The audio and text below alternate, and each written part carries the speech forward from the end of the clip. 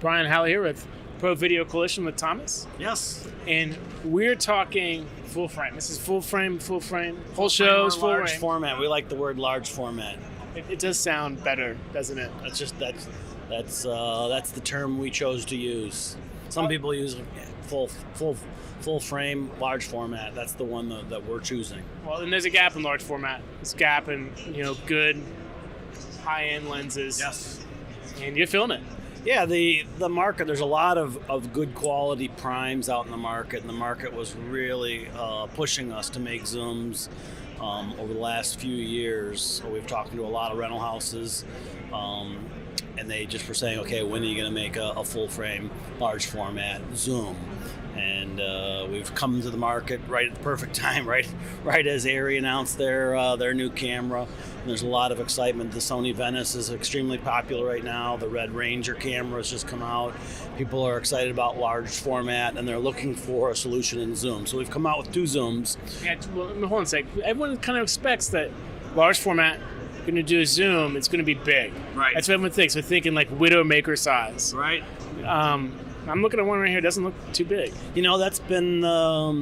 We're really happy to hear the reaction at the show that it's a lot smaller and lighter than what they thought it was going to be.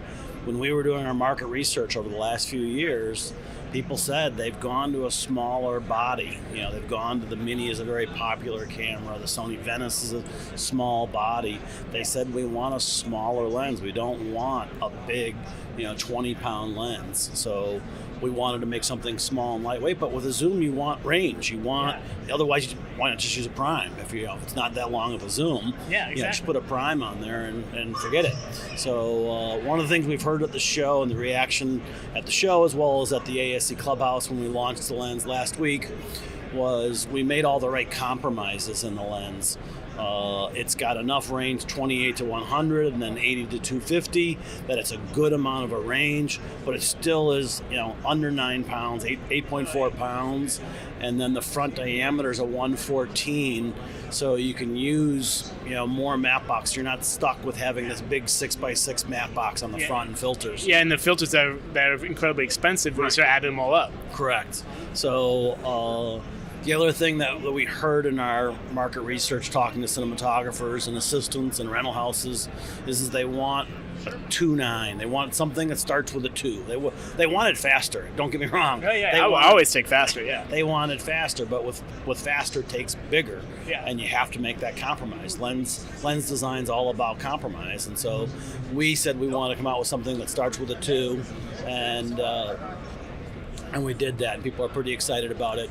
The second lens in the series, the 80 to 250, is a flat 2.9 from 80 to 200.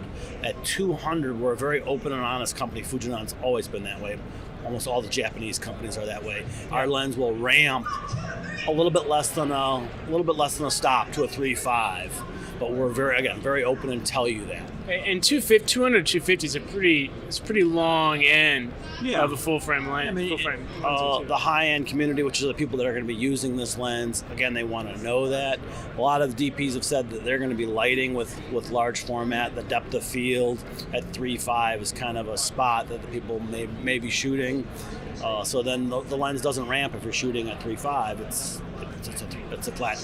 Yeah, and to have a depth of field or aperture that's less than 2.9 on a full frame, you might be running into a little bit of headaches for your first AC. Yeah, no, that's the learning experience that's happening out in the community is the shallow depth of field. You're seeing third-party products like Preston's Light Ranger, and C-Motion has a product that's helping with assisted focus for the crews, and they realize this is something that is in this potential necessity with cinematographers who want to shoot at a 1.5 with a prime, and at the long end of a longer end, longer focal length, that could be a challenge. Big challenge. Well, you were talking compromises. From what I've seen, I don't think I see any compromises. I see a beautiful lens that covers a large format sensor. It's a very useful range, and it's a great f-stop. Yeah, the aperture was a key consideration, and again, just more light makes it bigger. And so, I think we hit all the right boxes with it.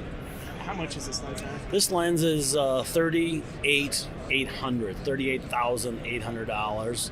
The other lens, which is coming out, this is going to come out in August. Mm-hmm. The other lens will come out. The second lens will come out before the end of the year, the 80 to 250, and that'll be $39,800. So $1,000 more for the longer lens. Not a bad price for a large format, lens that's going to film most of your needs. Right, and the other thing that people have said that they like is they're both the exact same size and weight, so your gears are all going to line up in the same spot. You change the lens, the lens is going to balance the same for the most part. Not, there's still subtle differences for balancing up a Steadicam, but putting it onto a remote head, the lens is the same length and weight. Thank you. Thank you.